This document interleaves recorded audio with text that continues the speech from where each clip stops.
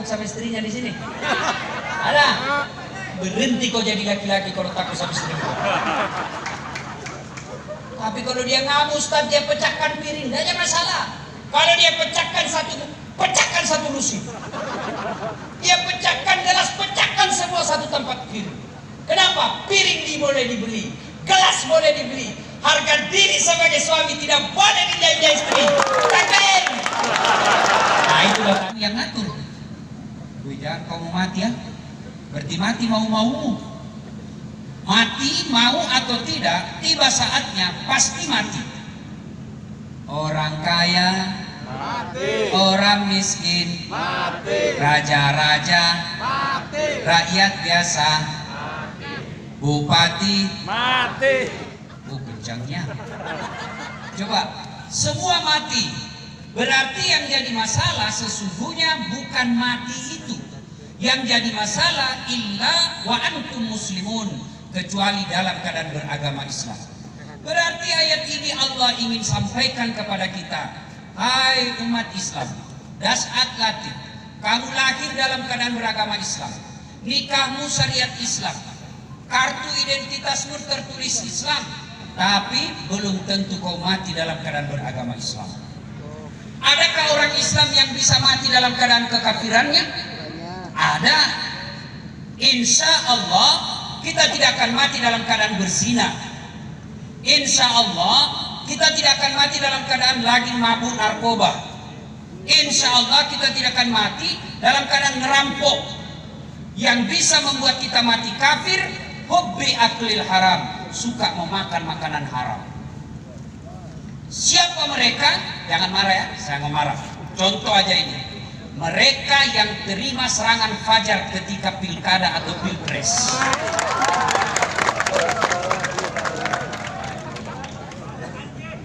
Ya, apa NPWP nomor piro, wani piro.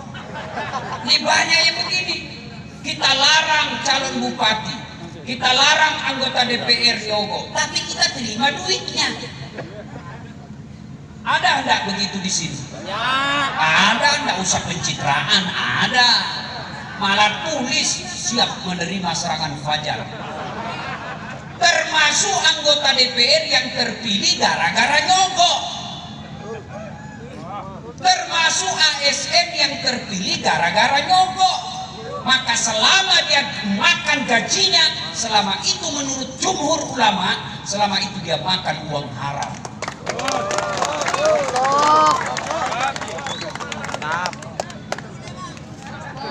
Cocok. Ini gaspol atau rem-rem? Gaspol. Ya gaspol bos, nanti tabrakan. Rem-rem sedikit. Banyak di antara kita, insya Allah kita tidak tergoda perempuan, insya Allah kita tidak tergoda narkoba. Tapi yang membuat kita tergoda dan bisa masih dalam keadaan kekafiran, selalu memakan uang haram. Termasuk diantaranya yang suka menerima SPJ palsu. Ada SPJ-nya, tidak ada perjalanannya. Ini semua ini. Begitu bejatnya kita sebagian bangsa Indonesia, honor ustadz pun dipotongnya. Paling nggak senang itu kalau diceramah di kantor-kantor pejabat. Lain lihat tanda tangan kita, lain pula dia kasih kita. Dia kasihnya kita kwitansi kosong. Saya kalau dikasih kwitansi kosong langsung saya tolak. Perjelas dulu bos, apa maksudmu ini kwitansi kosong? Tulis angkanya di situ. Kau kurangi nolnya, bahaya akibatnya. Ya ketawa saya suruh sini. Nah, tak tahu lah saya kalau di Madura ini karena baru pertama saya diceramah Pulau Madura ini.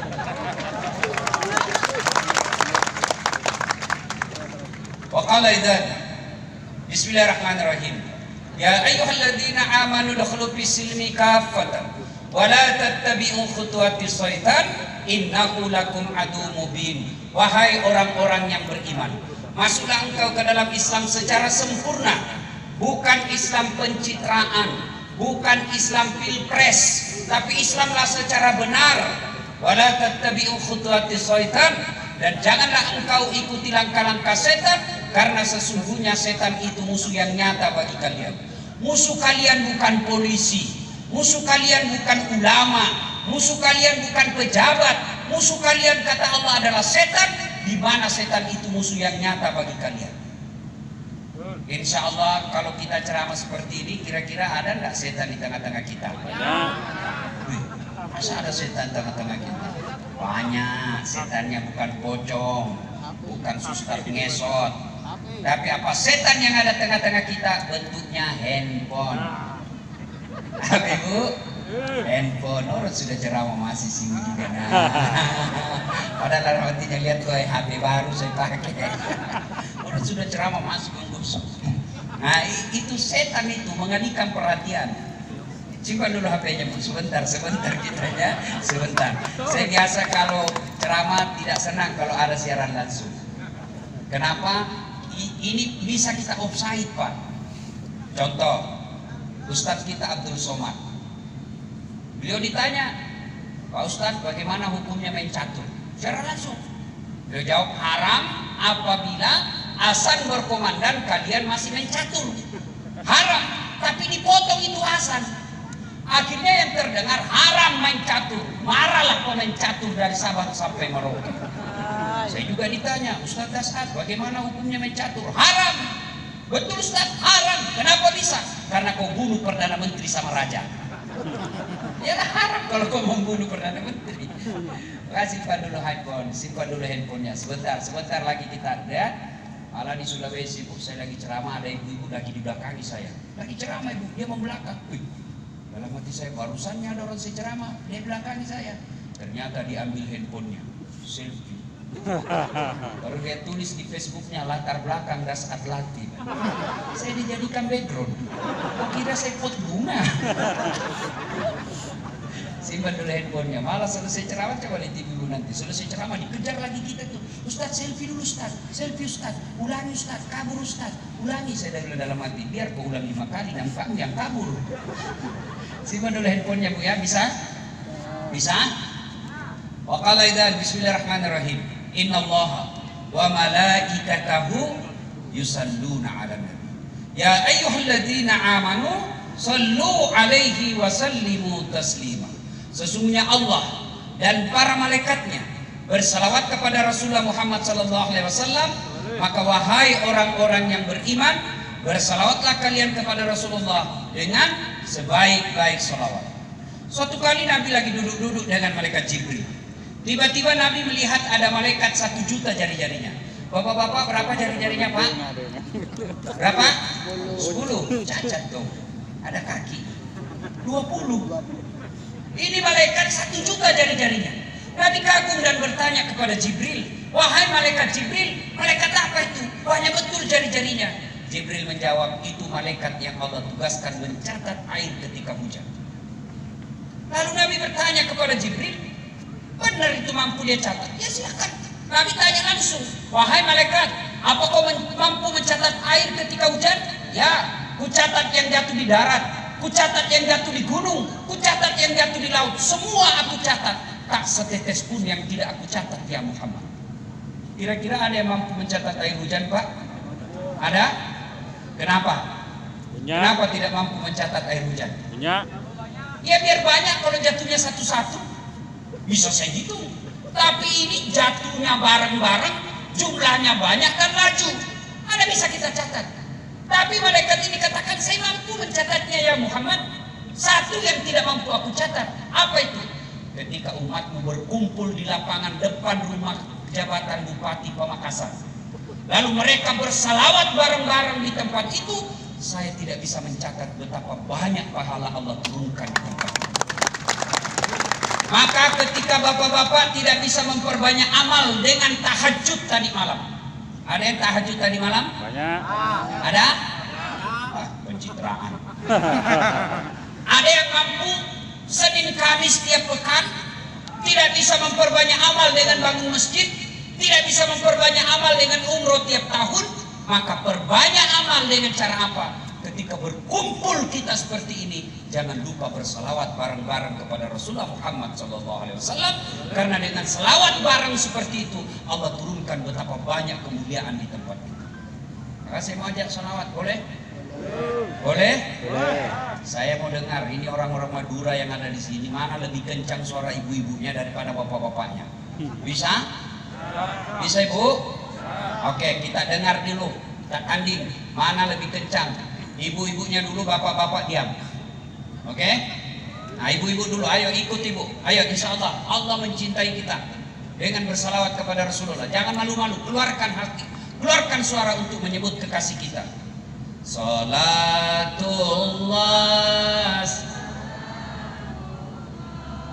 ala toha, salatullah ala yasin. Nilainya 5,0. Ibu-ibu diam, bapak-bapak. Yuk, yang merasa jenis kelamin laki-laki, jangan malu-malu Pak. Jangan mempermalukan jenis kelamin kita Pak. Ayo, ibu-ibu diam. Ayo Pak, ayo. Salatullah salam. Yang di belakang. Ala toha Rasulillah. Salatullah salamullah ala yasin habibillah. 7,5. Alhamdulillah. Ibu bapak, saudara-saudara sekalian teristimewa yang mengundang kita malam hari ini, Bapak Bupati dan Wakil Bupati beserta istri dan Forkopimda yang insya Allah dimuliakan dan dirahmati oleh Allah Subhanahu Wa Taala. Teristimewa yang kita muliakan, tuan-tuan guru, alim ulama yang insya Allah membawa keberkahan di tempat ini. Sebelum saya ceramah, saya mau tanya, sebelum lanjut saya mau tanya, Bu Ibu, berapa jumlah anaknya Nabi? Berapa Bu?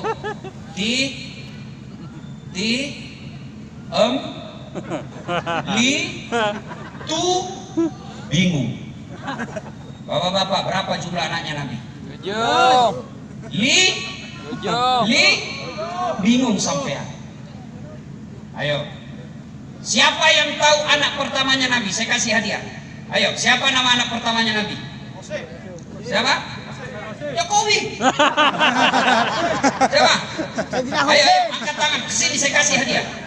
Ayo, sini, saya kasih hadiah. Cepat, lari. Sini. Ayo. Jangan buka Google. Ayo, cepat sedikit. Saya kasih kau hadiah. Nah, siapa nama anak pertamanya Nabi? Cepat. 100. Nah, sebelum jawab ada passwordnya. Passwordnya siapa namanya neneknya Dasat Latif. Lain kali orang Madura kalau ditanya jangan langsung tidak tahu, jawab saja. Belum tentu mereka juga tahu. Nah, siapa nama anak pertamanya Nabi? Sayyidina Qasim. 100.000. Beda uang Ustadz dengan uang Kapolres. Monggo, atur nuwun. Nah, Bapak saudara-saudara sekalian, ini gunanya maulid. Coba, sekarang tadi saya tanya, lebih banyak yang tidak tahu berapa jumlah anaknya Nabi. Berapa? 7. Kalau tidak ada maulid seperti ini, nanti anak-anak muda kita milenial, mereka tidak tahu sejarahnya Nabi. Mereka lebih tahu penciptanya Facebook daripada junjungan kita Rasulullah Muhammad SAW. Maka ini tujuannya maulid. Saya dari Sabang sampai Merauke maulid, bahkan sampai ke benua Eropa, ke Amerika, saya maulid. Sama-sama hikmahnya dari Sabang sampai Merauke ke Eropa. Apa hikmahnya? Dengan hikmah maulid kita meneladani Nabi. So masalahnya bagaimana kita mau meneladani Nabi kalau sejarah Nabi kita tidak tahu? Zaman saya kecil, saya cepat tahu sejarah Nabi. Ibu saya tuturkan, nah Nabi kalau tidur begini, nah Nabi kalau minum begini, nah Nabi kalau bersahabat tangan seperti ini. Kenapa? Orang tua kita dulu tahu sejarah Nabi. Saya tahu sejarah Nabi melalui lagunya ibu saya. Ada lagu saya waktu kecil, ibu saya sambil cuci piring, dia nyanyi begini. Pada zaman dahulu kala, pada zaman jahiliyah, Saya tanya, kenapa sih zaman jahiliyah mak? Dia lanjut lagi lagunya sambil cuci piring. Lahirlah seorang Rasul yang terakhir dan mulia. Siapa sih Nabi terakhir mak? Nabi Muhammad namanya. Ibunya siapa mak? Siti Aminah ibunya. Bapaknya siapa namanya mak? Abdullah nama ayahnya. Di mana tinggal? Di Sumeneb atau Pamekasan? Madinah tempat tinggalnya. Terus kenapa lagi mak? Setelah dewasa diangkat menjadi Rasul. Siapa yang angkat? Bupatinya atau wakil bupati? Oleh Allah yang kuasa. Allah itu siapa mak? Pencipta alam semesta. Itu lagu ibu-ibu dulu. Dari sebaik lagu saya tahu Nabi lahir zaman jahiliyah. Di mana Nabi lahir? Dari lagu itu kita tahu di Mekah. Di Madinah beliau hidup lama. Bapaknya siapa? Bahkan dalam kalimat tauhid, dalam sebaik lagu itu ada dalam tauhid itu. Apa itu?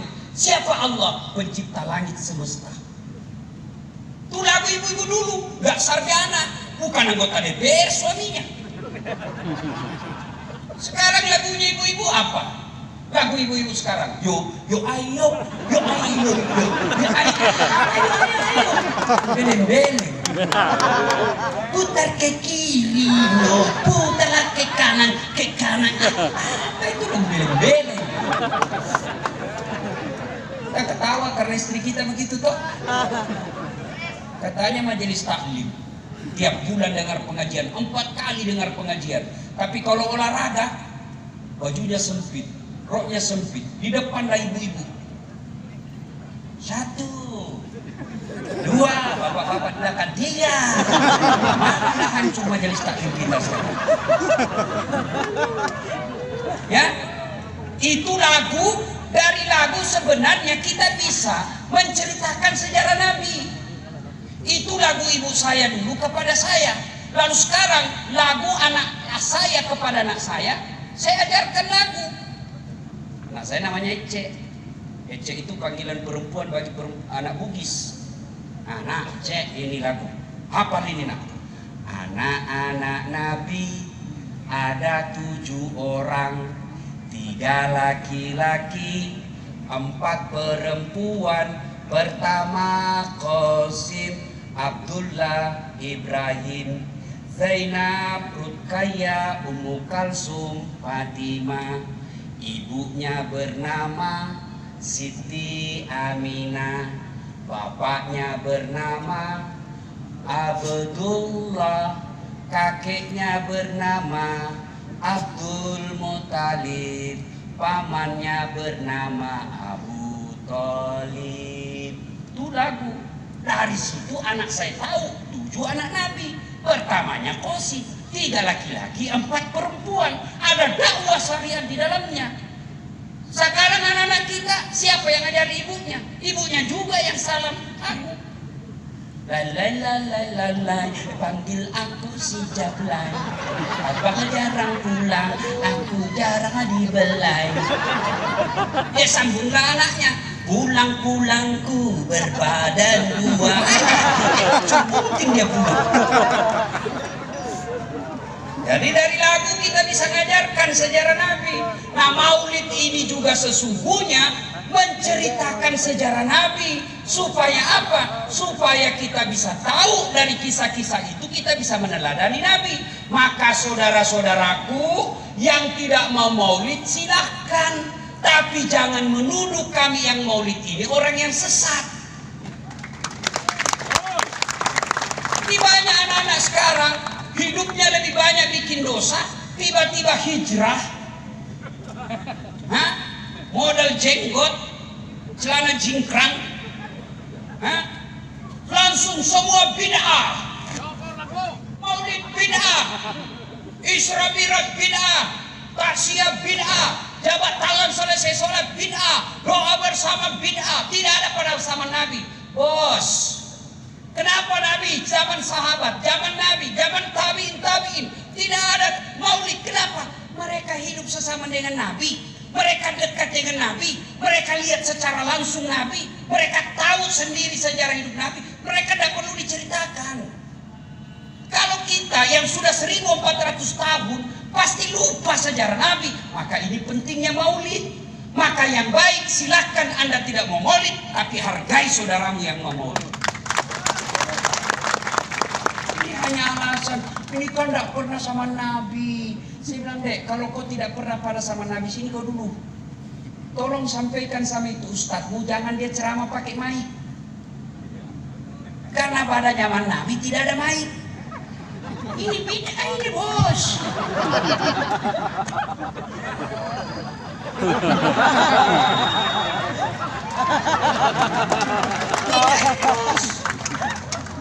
Itu soal mic yang berkaitan langsung dengan ibadah. Sini kau. Pernah tak Nabi bayar zakat pakai beras? Pernah Nabi pakai zakat pakai beras? Berarti Bapak harus pakai kurma sama gandum. Berarti orang yang bayar zakat rakyat Indonesia pakai beras itu bid'ah. Ayo, Nabi dari Madinah ke Mekah umroh zaman itu pakai apa?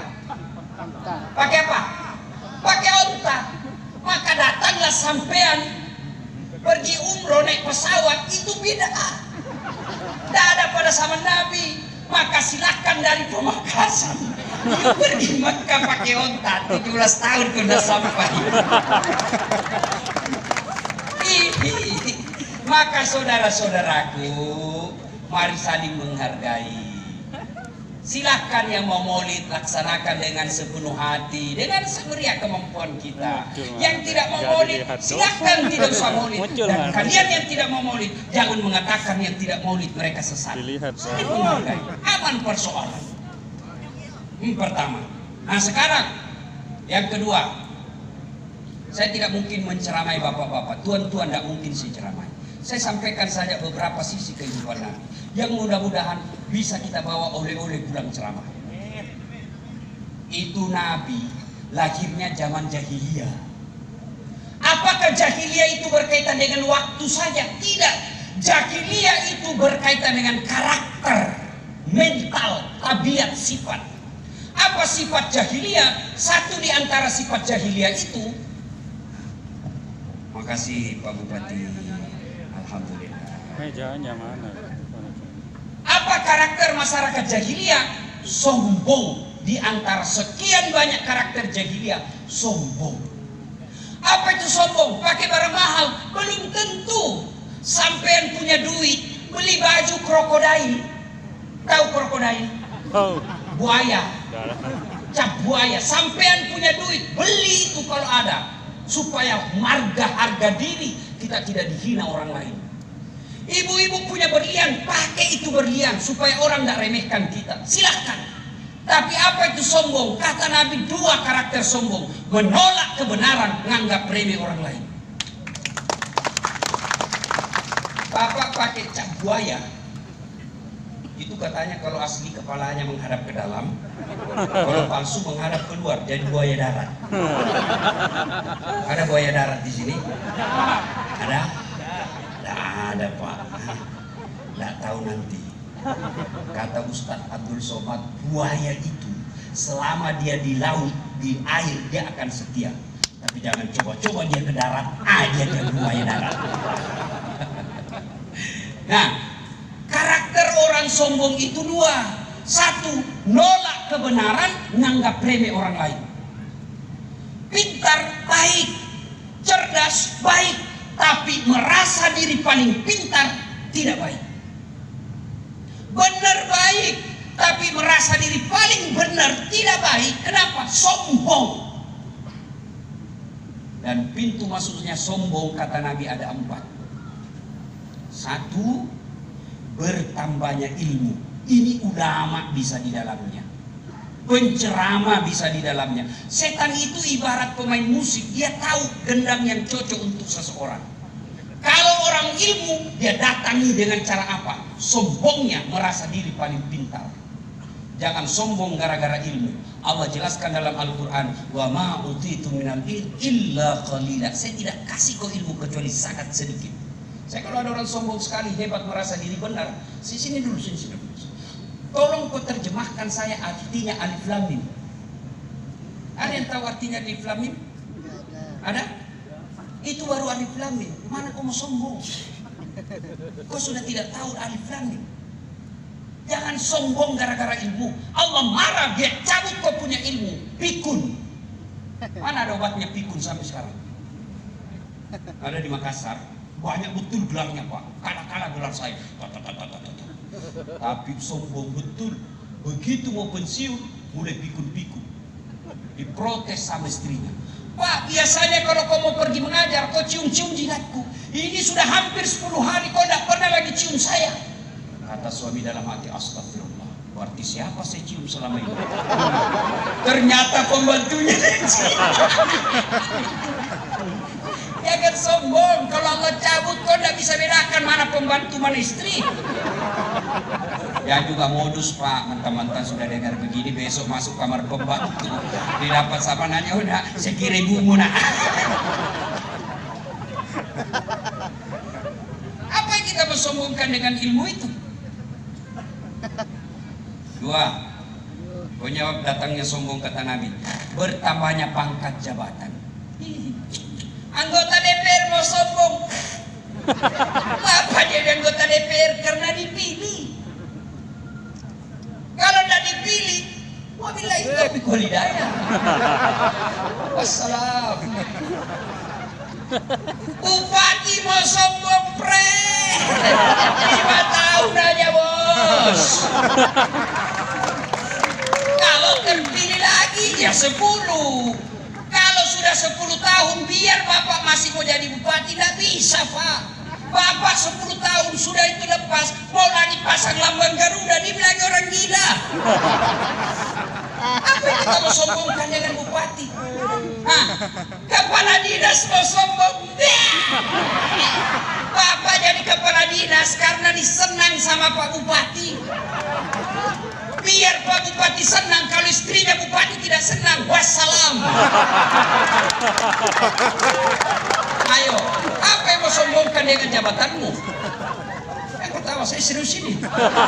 Ibu Bupati juga ini menentukan juga Pak. Biar Pak Bupati sudah teken datanya, ya jangan suka selingkuh ini. Nah, jangan. Udah jalan. Ketiga, apa yang Bapak mau sombongkan? Kata Nabi, tambahnya apa? 1 tambah ilmu, 2 tambah jabatan, 3 tambah harta. Jangan sombong gara-gara harta. Belajar dari Palu, tsunami di Palu, belajar dari Aceh, tsunami di Aceh.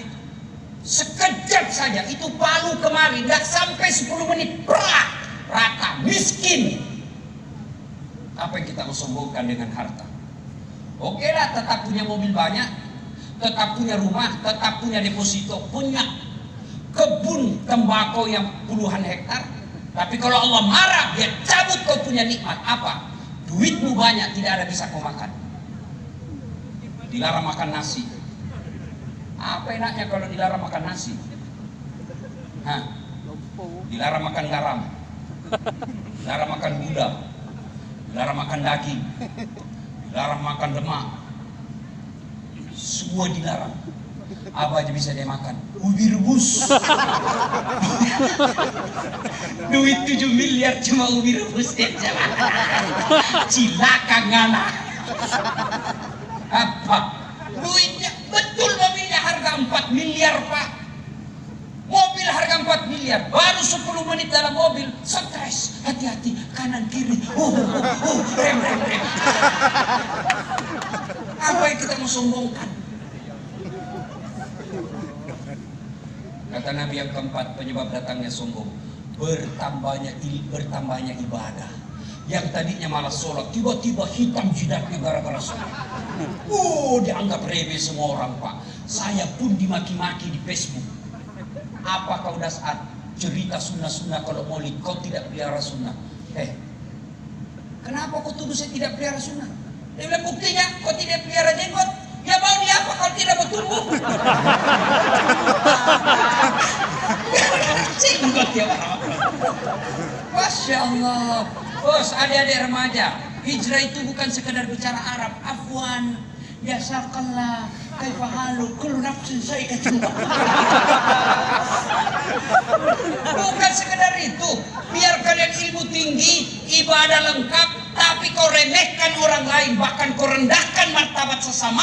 miskin, kau hina di hadapan Allah. Rasulullah mana pernah kita dengar meremehkan orang? Jadi orang sombong itu jahiliyah. Meskipun dia hidup di tahun 2020, dia sombong, karakter jahiliyah ada pada dirinya. Jadi jahiliyah itu bukan tahun sebelum Nabi lahir. Sekarang pun kalau kamu jahiliyah, sombong, menganggap remeh orang lain, nolak kebenaran, kalian masyarakat jahiliyah. Maka hadir agama menghilangkan kesombongan itu. Kata Allah dalam hadits qudsi, ada 3 temannya setan. Satu di antara teman setan, ghaniyun mutakabbir, orang kaya yang sombong. Kaya jabatan sombong, temannya setan. Kaya harta sombong, temannya setan. Kaya ilmu sombong, temannya setan. Kaya ibadah sombong, temannya setan. Tapi orang masih maklum kalau dia punya jabatan, punya duit, punya harta, punya kekuasaan, dia sombong. Orang masih bilang, ya maklum lah, dia bupati. Ada jabatannya, ada kepala dinasnya, ada staf ahlinya, ahli yang tidak ada stafnya. Ada satpol PP-nya, ya wajar lah. Tapi temannya setan. Tapi kalau sudah miskin, tidak terkenal, bego, goblok, dongo, bele-bele, sombong lagi. Kau bukan temannya setan, kau sudah jadi setan, silakan. Dia ketawa, saya sini. Ayo Bapak Ibu saudara-saudara sekalian, lihat berikutnya, kisah berikutnya. Ketika usia Rasulullah 36 tahun, terjadi perselisihan di kota Mekah. Belum jadi nabi. Apa sumber perselisihannya? Ka'bah dipugar dan batu Hajar Aswad ingin ditempatkan kembali pada posisi. Bertengkar 4 suku, merasa masing-masing punya hak meletakkan batu itu. Kira-kira kalau di Pamekasan ini orang Madura katakan saya lebih berhak, orang Jawa kata kami lebih berhak, orang Bugis kalau ada kata kami lebih berhak, kemudian orang Betawi katakan kami lebih berhak. Mereka bertengkar 4 suku di Mekah ini. Berhari-hari tidak ada solusi. Akhirnya satu di antara kepala suku berkata begini aja, daripada kita ribut tidak ada ujung pangkalnya, kita tunggu besok siapa orang pertama yang lewat di pintu itu. Dia tunjuk satu pintu, kira-kira pintu masjid lah kalau sekarang. Siapa yang lewat di pintu itu besok, dialah yang kita tunjuk untuk menunjuk siapa yang angkat batu di antara kita ini. Gimana saudara-saudara sekalian? Setuju? Setuju. Tunggu besok. Tunggu. Oh, ternyata siapa orang pertama yang lewat di pintu itu? Dia adalah Muhammad bin Abdullah, yang masyarakat Makkah menggelarinya sebagai manusia Al-Amin yang dipercaya. Kira-kira di Pamekasan ada diberi gelar Al-Amin? Ada anggota DPR Pamekasan dikasih anggota DPR Al-Amin.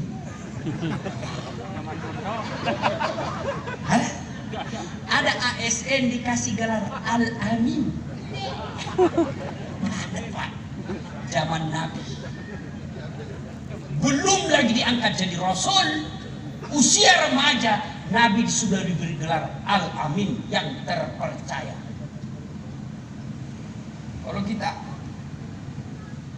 sekolah tinggi-tinggi tapi tidak ada Al-Amin, maka disepakati, oke, setuju, ini cocok sudah ini. Inilah masyarakat kita, warga kita yang paling jujur. Ya Muhammad, siapa yang kau tunjuk di antara kami ini? Kata Nabi, baiklah kalau begitu. Nabi buka serbannya. Adik-adik, berapa tahu serban? Tahu serban? Berapa sujudnya serban? Berapa? 4. Berapa suku yang bertengkar? 4. Kata Nabi begini, daripada sedulur-sedulur ribut, oke, ini serban, kau pegang sudutnya masing-masing. Pegang sudutnya masing-masing 4 kepala suku, lalu daripada sedulur-sedulur ribut, sampean ribut, kita angkat bareng-bareng. Setuju? Setuju. Begitu diangkat bareng-bareng, ayo pegang masing-masing, kita letakkan sama-sama. Setuju? Setuju. Kembalilah batu Hajar Aswad di posisi semula tanpa ada perselisihan. Akhirnya Rasulullah menunjukkan pandai manajemen beliau mengatasi masalah tanpa masalah. Pegadaian. Oh, Pegadaian. juga orang di sini Pegadaian. Masya Allah. Artinya apa? Kalau kalian mencintai Rasulullah dan ingin meneladani Rasulullah, maka jadilah umat yang pandai, cerdas. Begitu pentingnya ilmu pengetahuan dalam Islam. Ayat pertama turun bukan perintah puasa. Ayat pertama turun bukan perintah sholat. Ayat pertama turun bukan perintah zakat, bukan perintah haji. Tapi apa yang Allah pertama turunkan? Iqra, baca. Berarti umat Islam ini tidak boleh menjadi umat yang bodoh. 4 sahabat Nabi. Pak Bupati mohon izin. Kalau Pak Bupati ingin mengangkat staf ahli atau tim sukses, ini 4 karakter sahabat Nabi yang perlu dicontoh. 1, Abu Bakar Siddiq. Beliau sangat arif dan bijaksana. Maka harus ada yang mendekati bapak orang yang arif dan bijaksana. Yang kedua, Umar bin Khattab yang digelari dengan Al-Faruq, yang artinya tegas, haram haram, halal halal, tidak ada kompromi. Umar bin Khattab. Jangan penjilat. Siapa. Ini yang merusak bupati. Biar salah siapa. Ini yang merusak pejabat kita ini menjadi feodal. Biar salah dibilang siap benar. Yang ketiga, Utsman bin Affan. Pengusaha dermawan, bukan pengusaha pelit. Yang banyak memang dekat-dekat pejabat ini kan pengusaha, tapi pengusaha serakah. Dia mau ambil semua proyek, ini yang rusak bupati. Meski Utsman bin Affan hartanya diberikan untuk kemakmuran umat. Pak Bupati ambil saya punya perusahaan, yang penting makmurkan masyarakat. Itu Utsman bin Affan. Yang keempat, Ali bin Abi Thalib. Tokoh muda, brilian, cerdas, sampai Nabi katakan 4 sahabatku, Ali bin Abi Thalib paling cerdas. Nah, Ali bin Abi Thalib pernah ditanya sebagai orang cerdas, Ali, jika engkau disodorkan antara harta dengan ilmu, pilih mana?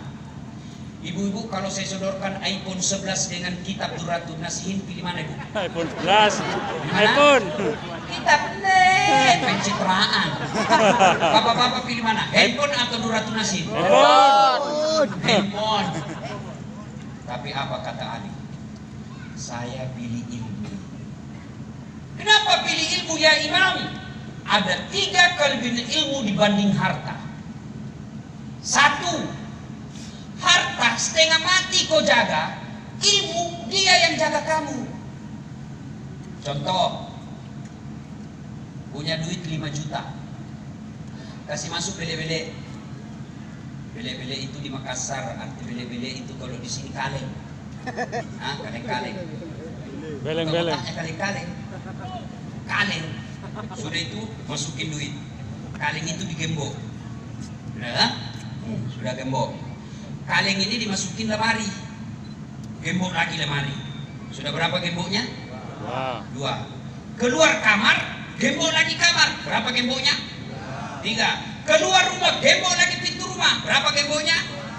Keluar pagar, gembok lagi pagarnya. Berapa gemboknya? 5. Sampai kantor bupati hilang kuncinya. Setengah mati kita jaga itu harta, Pak. Tapi ilmu dia yang jaga kita. Mana buktinya? Pak Bupati, ada Satpol PP yang jaga, polisi setengah. Ini Satpol PP ini kan polisi setengah, tidak ada tembaknya. Biasa juga ada tembaknya, tempatnya saja, padahal pistolnya. Beleng-beleng. Iya toh. Dijaga Pak, kemana-mana ada polisi ngawal, kemana-mana dikawal sama polisi lah, JPR apa kan? PJR. Itu dikawal Pak. Kenapa jadi dikawal? Karena jadi bupati. Kenapa jadi bupati? Karena cerdas. Mana buktinya? Dengar sambutan tadi. Masih muda. Dan programnya mencerdaskan kehidupan masyarakat. Ini pengejawantahan, penerjemahan daripada Iqra, baca. Apa itu? Berikan beasiswa masyarakat. Tinggal kepala dinas, pilih yang bagus-bagus bos. Jangan pilih yang dekat. Jangan pilih karena dia hanya karena pesantren keluarga. Jangan, itu merusak sistem. Pilih yang betul-betul mampu. Biar dia tidak mampu, tapi ada yang tidak mampu, ada yang cerdas diprioritaskan. Bukan sekadar tidak mampu, tapi cari yang tidak mampu dan cerdas. Maka tidak ada alasan masyarakat Pamekasan tidak cerdas. Kenapa? Kalian sudah dikasih beasiswa. Beda zaman saya dulu. Saya ini Pak tidak pernah mondok. Tamat SD saya pernah bertengkar bapak saya sampai saya menangis di hadapan Allah. Ya Allah, kenapa bapakku miskin? Saya mau pondok, saya bukan mau beli sepeda. Saya mau jadi anak pondok, tapi pondok waktu itu lebih mahal daripada sekolah umum. Maka saya sekolah umum. Alhamdulillah karena saya mau belajar dengan sendiri, maka saya bisa jadi ustaz. Maka saudara-saudara sekalian, kata Ali, harta kamu yang jaga, ilmu dia yang jaga kamu. Dua kata Ali, kelebihan ilmu. Dengan ilmu bisa dapat harta, tapi dengan harta belum tentu dapat ilmu. Contoh, ada di kampung saya Pak, pengusaha tambak, banyak tambaknya, tapi tidak tahu membaca. Diajarlah membaca sama cucunya supaya tidak bikin malu. Beli buku besar ya banyak bapaknya. Eja, nek, PEP, tambah P, PEP, SOSO, PEPSO, DEDT, bacanya apa? Odol.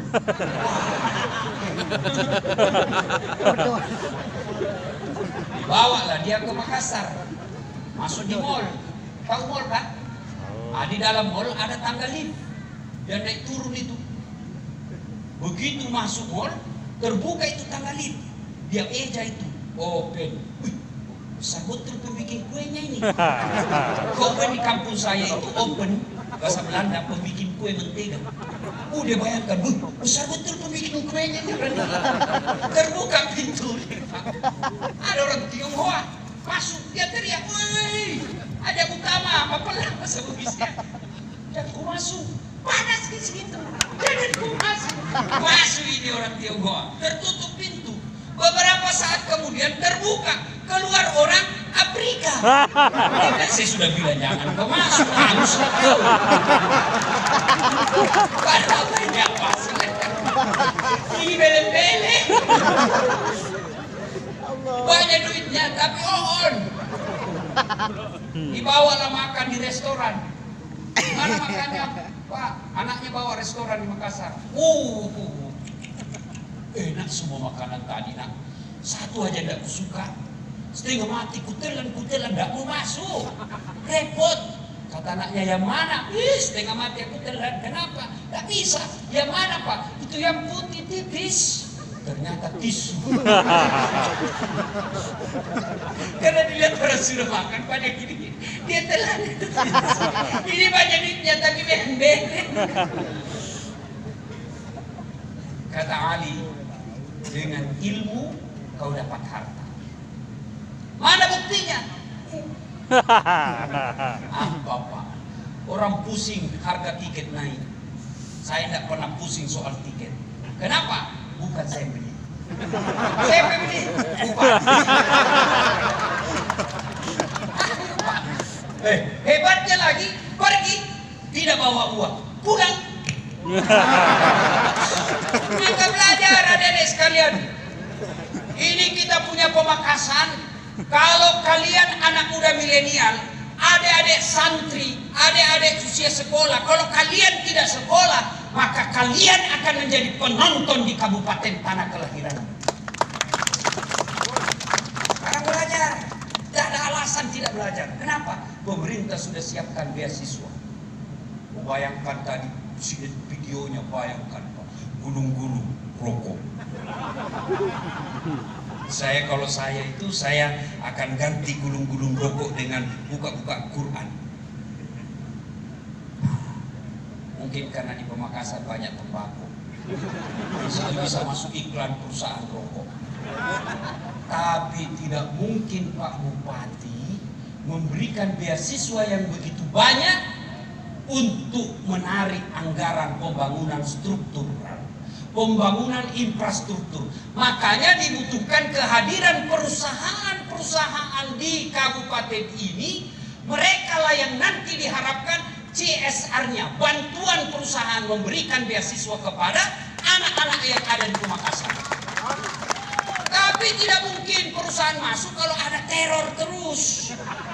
Teror, tidak bisa masuk. Ya betul ini. Nah, saya tidak tahu kalau soal itu Pak. Nah ibu bapak saudara-saudara sekalian, ilmu ini penting.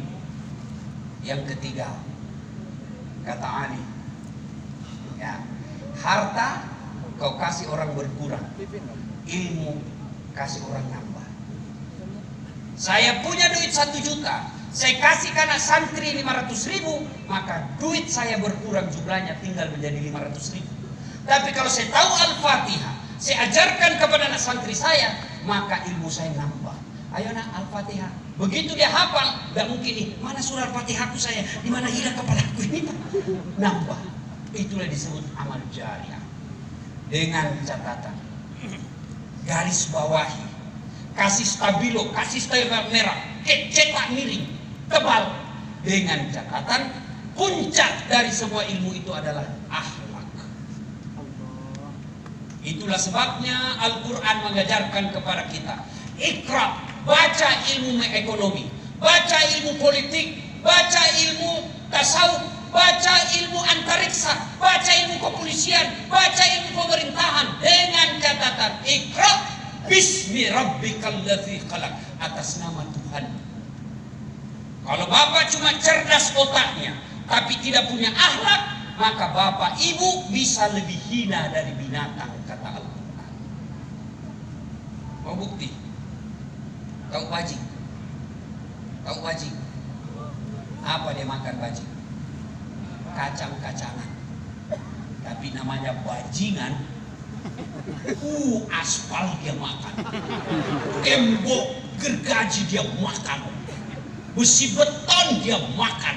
Namanya kontraktor yang tinggi sekolahnya tapi akhlaknya rendah. Pernah dengar ceritanya kontraktor di akhirat? Pernah? Oh, jadi penghuni surga sama penghuni neraka ini SMS-an.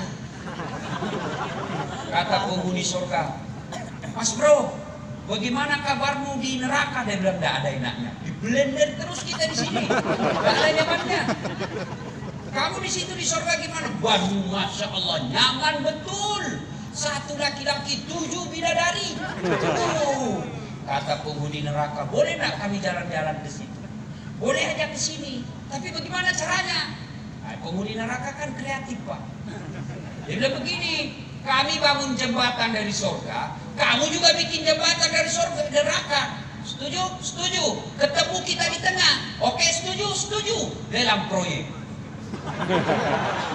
Waktu pekerjaan 3 hari, keluar pemenang tender. Proyek dari neraka hari pertama selesai 50%. Hari kedua tuntas 70%. Hari ketiga efisien dan efektif, tuntas sampai di tengah hari ketiga. Sampai hari ketiga ini proyek surga belum dimulai. Intip lah ini dari neraka. Kenapa di dalam surga ini belum dimulai proyek?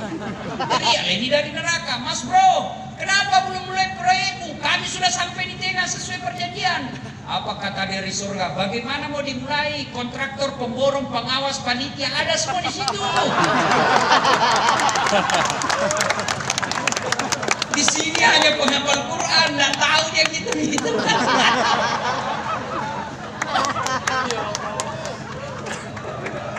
Ada begitu.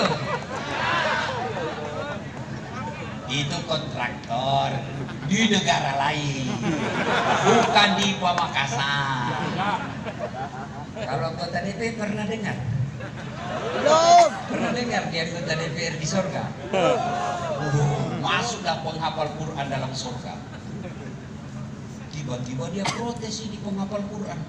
Kenapa? Dilihat banyak anggota dewan. Wih, kenapa bisa banyak anggota dewan di surga?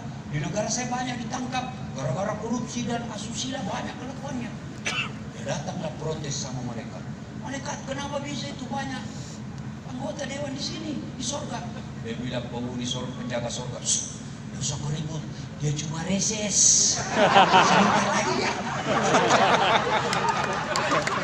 Salatullah salamullah ala toha rasulillah. Salatullah salamullah ala yasin habibillah. Tuh, kisah berikutnya. Suatu kali Nabi pulang dari dakwah agak lama. Begitu lamanya rindu betul Aisyah. Rindu Aisyah. Akhirnya Aisyah menyambutnya di pintu kota Madinah. Bukan lagi di rumah beliau, di pintu kota Madinah disambut. Gembira betul Aisyah. Begitu gembiranya, beliau tiba-tiba membuat teh. Salah satu kebiasaan Rasul kalau keluar diberikan teh. Nah, kehebatan Rasulullah itu sangat romantis. Salah satu keromantisan beliau kalau minum, seteguk dia minum, dia kasih istrinya. Hebatnya lagi, bekas bibirnya Aisyah yang diminum Rasulullah. Subhanallah. Jadi kalau Aisyah, Rasulullah kasih lagi Aisyah. Aisyah minum di sini, Pak, diminumnya lagi di sini. Bapak-bapak coba kalau minum bekas bibir istri. Bau betul mulutmu. Hebatnya itu Rasulullah, Pak. Tapi pada hari itu Rasulullah minum, tidak dikasihnya istrinya. Minum 2 kali Rasul.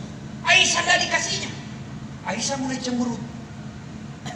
Lalu ketiga kalinya tidak dikasih Rasulullah. Aisyah kemudian berkata, ya Rasulullah, apa ada perempuan lain yang tadi memberimu minum? Jadi namanya cemburu itu, Pak.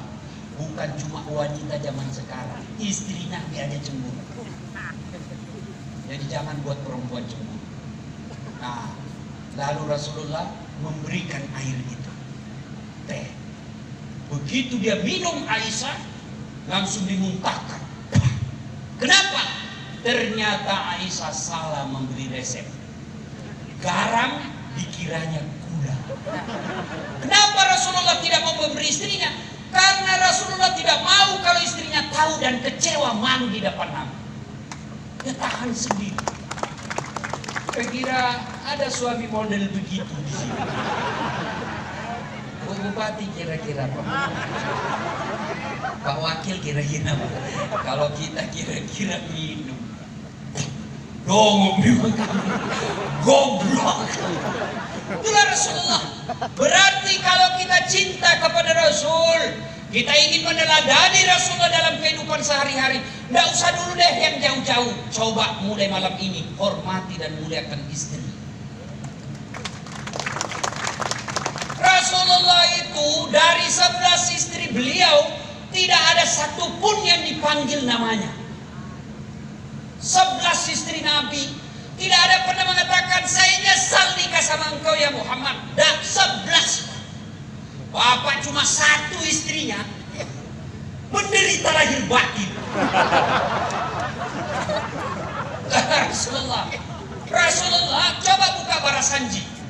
Beliau yang menyediakan sarapannya.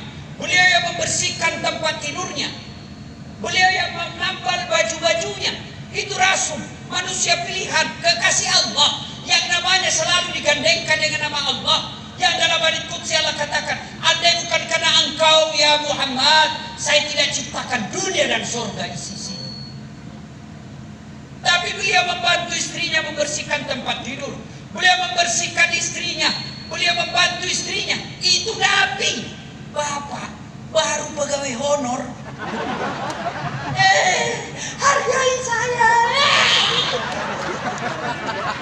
Yang pertama, saya suruh sini. Kalau Bapak cinta kepada Nabi, muliakan istri. Kata Nabi, bukan bagian dari umatku suami yang tidak tahu menghargai istrinya. Muliakan Rasulullah itu, beliau masuk kamar sudah ada sisirnya, dan begitu keluar dari kamar sudah rapi rambutnya karena memuliakan istrinya. Kita sudah habis 4 pisang goreng, masih acak-acakan rambut pagi-pagi. Kata istrinya, baikinlah itu rambutmu mas. Apa, kenapa rambut saya kuurusin? Rasulullah. Maka wajar Rasulullah sangat dicintai oleh istri-istri beliau. Tidak pernah beliau memanggil nama istri. Khadijah beliau panggil Ummul Mukminin. Aisyah beliau panggil ya Humairah. Maka bapak kalau cinta sama istri, mulai malam ini panggil istri kita dengan panggilan kasih sayang. Wahai istriku yang tak mancung hidungnya di lorong 3. Istriku tak mancung hidungnya, Ustaz. Ya giginya lah kok dia. Justru giginya yang mancung. Ya carilah mana yang spesial buat istri ya. Jangan mentang-mentang istri kita hitam dipanggil hitam. Hitam. Kalau istrinya apa sih mas pesek? Ya Rasulullah. Bayangkan. Rasulullah begitu menghargai istri. Pernah suatu ketika beliau kumpul di ruang tamu bersama sahabat. Tiba-tiba datang istri beliau yang ketiga, agak senior, agak tua, dan yang membuka pintu Aisyah. Istri tua beliau ini datang membawa kue, makanan untuk Rasul. Tapi siapa yang buka pintu? Aisyah. Begitu buka pintu, Aisyah apakah mengambil kue itu? Tidak. Beliau ambil lalu ditumpahkan. Karena cemburu. Kira-kira kalau bapak kepala dinas ditumpahkan di depan muka dan ada kawan-kawan di sini, apa bapak kira-kira masih senyum? Kau permalukan saya. Saya ini eselon. Tapi apa begitu Rasulullah? Rasulullah tidak meresponnya dengan emosi. Rasulullah tidak meresponnya dengan harga diri beliau. Apa beliau katakan kepada sahabatnya? Kau lihat itu ibuku lagi cemburu. Cobalah amalkan bagaimana Rasulullah sangat memuliakan istri. Ini kita, istri yang hamilkan anak kita, istri yang melahirkan anak kita, istri yang menyusui anak kita, istri yang mendidik anak kita. Kita ambil dari rahim ibunya, kita ambil dari orang tuanya, lalu sampai di rumah kita maki-maki dan kadang-kala kita hina. Wajar, 30 tahun cari nafkah tidak bisa lepas dari kredit. Kenapa bapak tidak mampu memuliakan orang yang mendampingi hidup kita? Muliakan istri. Tak mungkin ada kebahagiaan, kemuliaan rezeki kalau kita menghina istri. Saya bela ibu malam ini. Ya? Tapi ibu juga harus seperti Khadijah. Mau punya suami seperti Nabi? Mau dong Ustaz. Tapi ibu juga harus punya sifat seperti istri Nabi. Bagaimana istri Nabi? Coba lihat Khadijah. 3 hari 3 malam. Gak pulang-pulang Nabi. Karena ada di Gua Hira. Terima wahyu. Pulang kedinginan. Beliau kedinginan pulang. 3 hari 3 malam gak pulang. Begitu pulang kedinginan.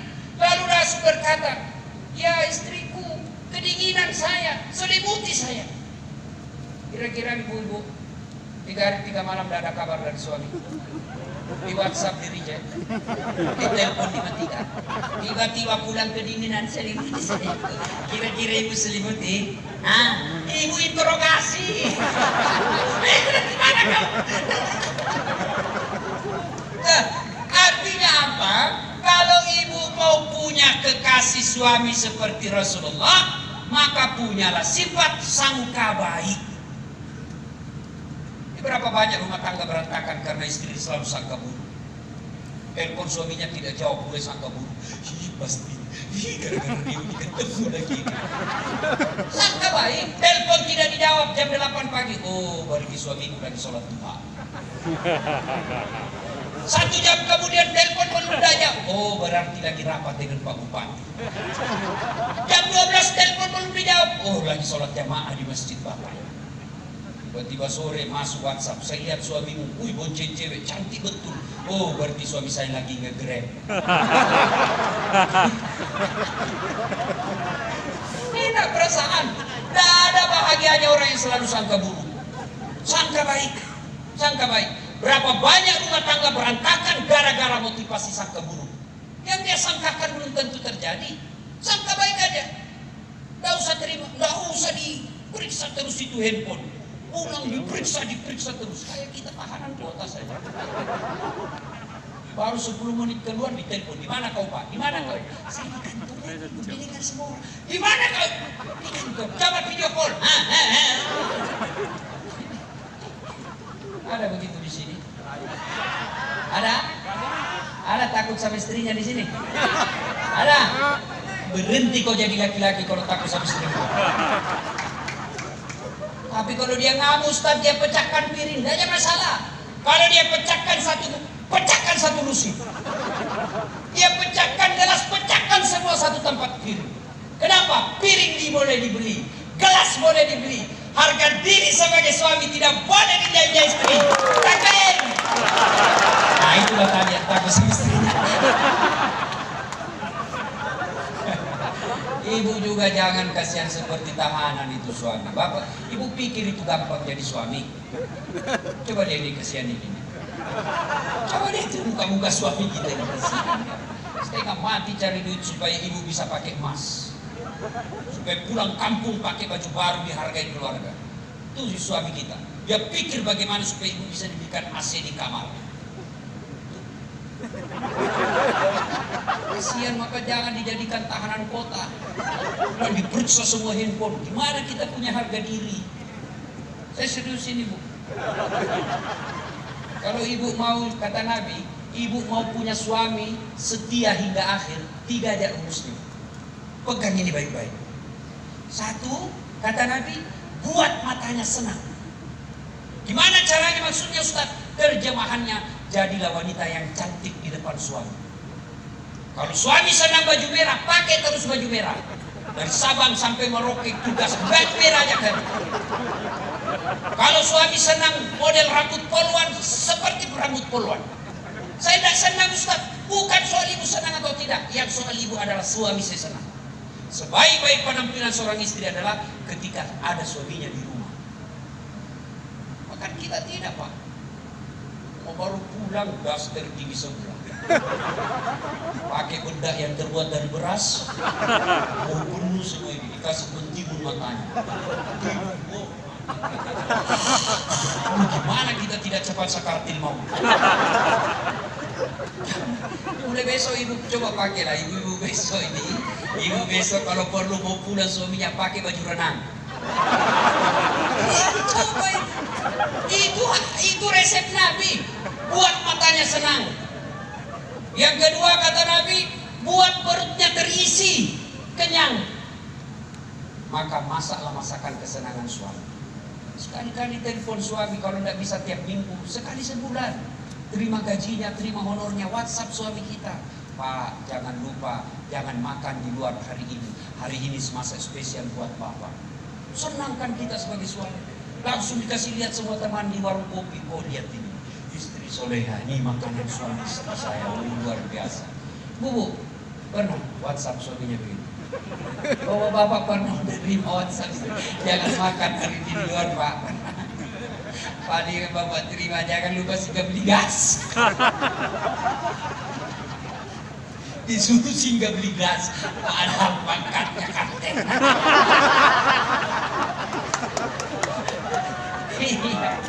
Kok tahu Ustaz? Ya saya pernah rasakan. Astagfirullah. Saya bulan tasya tiba-tiba masuk WhatsAppnya mamanya di rumah. Ustaz habis pembalut. Innalillah. Tak mungkin supir saya suruh bulbul itu istri saya. Sudahlah saya bersinggah. Mudah-mudahan ada yang kenal saya. Begitu saya bayar di kasir, tiba-tiba nyelonong ibu majelis taklim. Ustaz beli pembalut. Saya langsung spontan, saya bilang, biar ibu daripada saya melahirkan. Itu resepnya Pak, supaya tidak tersinggung. Apa resepnya? Jangan bayangkan harga diri, pakai ilmunya Umar bin Khattab. Umar bin Khattab itu perkasa, jantan. Setan iblis hanya minggir kalau ketemu Umar bin Khattab.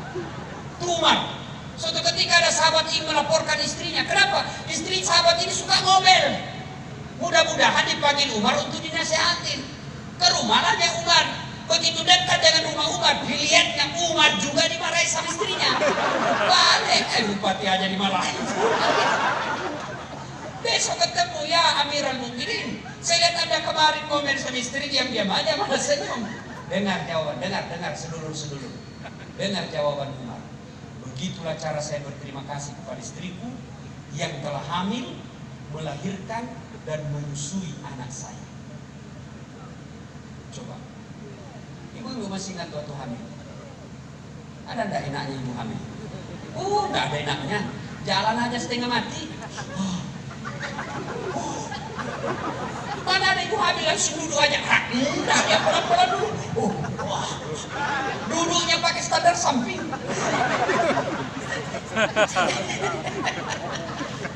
Iya dong. Kalau kita kan pasti repotnya paling waktu ngidam. Nah, apa doanya supaya berhenti ngidam? Saya bilang, ngidam apa istrimu?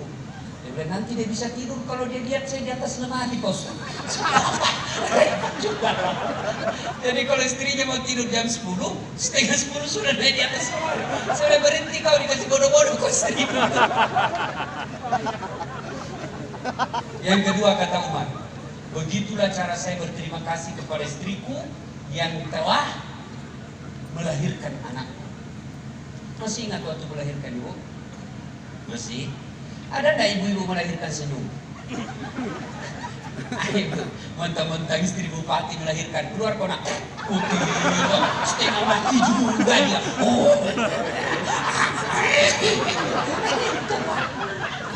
Bapak-bapak stres tapi masih sopo merokok. Coba gitu bapak-bapak stres. Lalu lalang depan pintu tapi merokok dia. Itu istri, pilihannya hanya dua. Kalau ada setengah mati, mati setelah melahirkan anak. Dan yang ketiga kata Umar, begitulah cara saya berterima kasih kepada istriku yang telah menyusui dan membesarkan anak saya.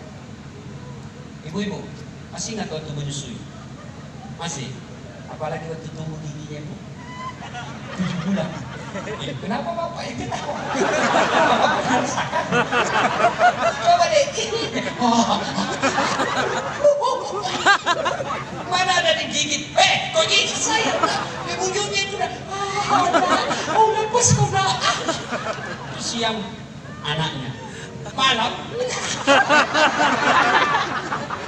Makanya Umar bin Khattab tidak pernah tersinggung ketika istrinya ngamuk-ngamuk. Itulah sebabnya ketika Nabi ditanya, ya Rasulullah, setelah Allah dan Rasulnya siapa yang saya taati ya Rasul? Apa jawaban Nabi? Ibumu. Setelah itu siapa ya Rasul? Ibumu. Setelah itu siapa? Ibumu. Setelah itu siapa? Bapakmu. Ibu. Kenapa? Mengandung, melahirkan, menyusui. Ibu, bapak. 3 ibu, 1 bapak. Paham? Nah, ibumu, bapakmu, berarti 1 bapak, 3 ibu. Oke.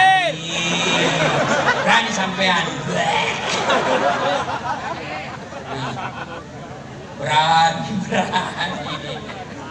Nah, ibu bapak, saudara-saudara sekalian, berarti kalau cinta kepada Rasul, teladani Rasul sebagai suami, ibu teladani Rasul menjadi seperti istri Nabi.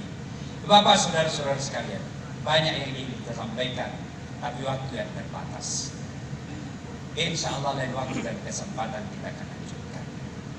Dan pada akhirnya, apapun dan siapapun kita, ada pada diri Rasulullah Muhammad SAW.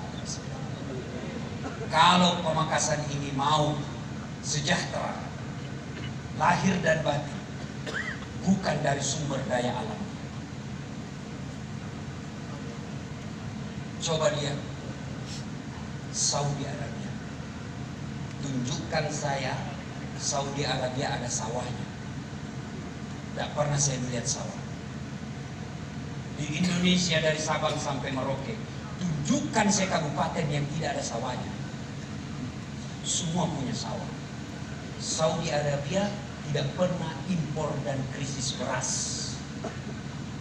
Indonesia kadang-kala masih impor beras. Padahal kita punya sawah jauh mandang memandang. Berarti yang bisa memakmurkan negara kita bukan sumber daya alam bagi kita orang beriman, tapi apa? Kecintaan kita kepada Islam. Dan Islam hadir karena jasa dari seorang manusia, yaitu Muhammad Sallallahu Alaihi Wasallam. Karenanya kalau mau makmur Pamekasan ini, cintai Rasulullah Sallallahu Alaihi Wasallam. Bagaimana cara mencintai Rasulullah? Menurut pendapat-pendapat para ulama, mencintai Rasulullah itu satu, memperbanyak menyebut namanya dengan cara bersalawat kepada Rasulullah. Allah perintah puasa, Allah tidak puasa. Allah perintah haji, Allah tidak haji. Allah bahkan perintah sholat 5 kali semalam, Allah tidak ikut menunaikan sholat. Tapi Allah perintah kita selalu. Dengar firman Allah, Innallah wa malaikatahu yusalluna ala.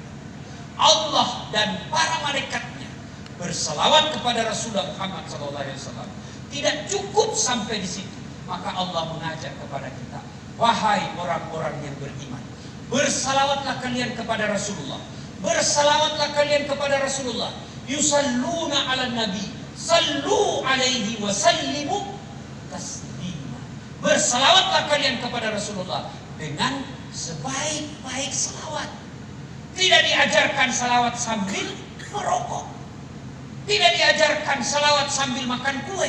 Apa dilarang? Tidak dilarang, tapi itu bagian dari adab bersalawat kepada Nabi. Bersalawat dengan sebaik-baik salawat. Yang kedua, kalau cinta kepada Rasulullah, amalkan sunnah-sunnah. Bagaimana cara mengamalkan sunnah-sunnahnya?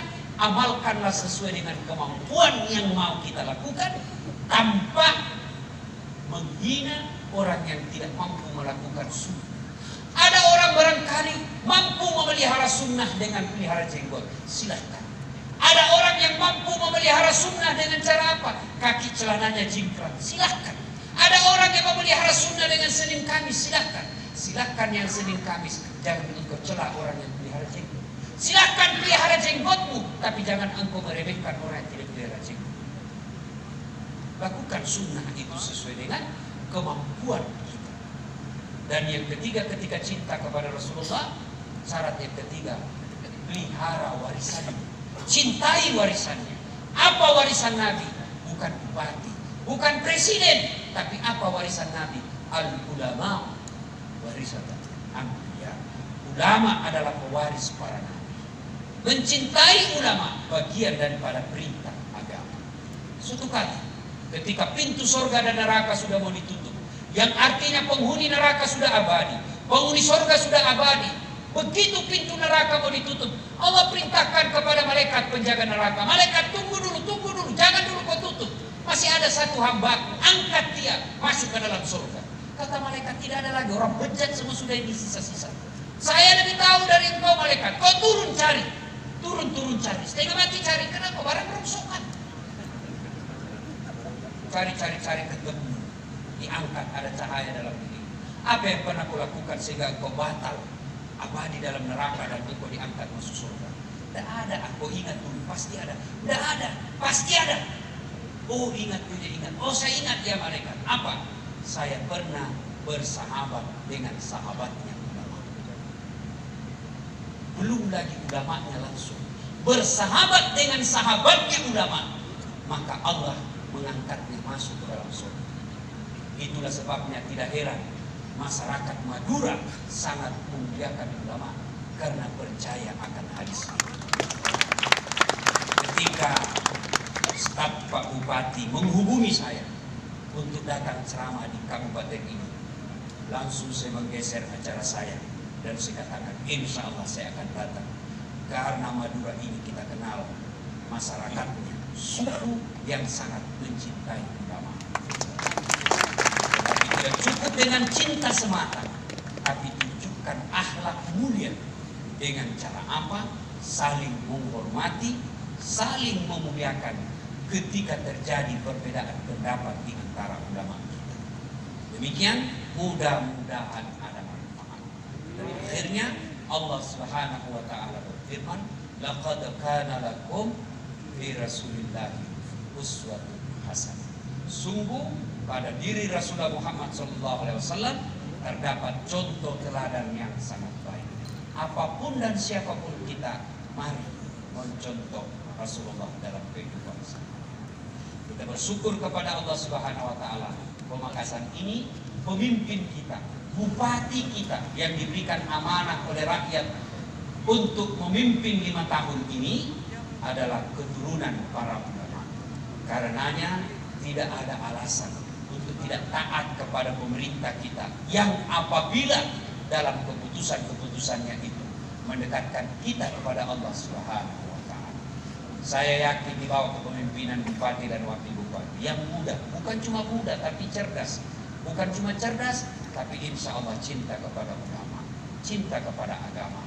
Karenanya kita berharap dan berdoa kepada Allah, mudah-mudahan pemimpin kita ditunjukkan yang hak adalah hak, berikan kemampuan melaksanakannya, dan ditunjukkan yang batil adalah batil, diberikan kesanggupan untuk memerangi kebatilan. Demikian, mudah-mudahan ada manfaat. Sebelum saya akhiri, saya ingin berpantun. Pantunnya begini: lebat batang padi cerami, padi dipanen di pagi hari, niat hati berpoligami, apa daya takut istri. Balasan pantun itu, burung kenari terbang tinggi, mencari makan di pagi hari. Bukan kami takut istri, cuma istri lebih berani. Demikian, mudah-mudahan ada manfaat. Lebih dan kurangnya mohon dimaafkan. Nun wal kalami bisrun billahi fi sabilil haq. Assalamualaikum warahmatullahi wabarakatuh. Mohon izin berkenan kepada Kiai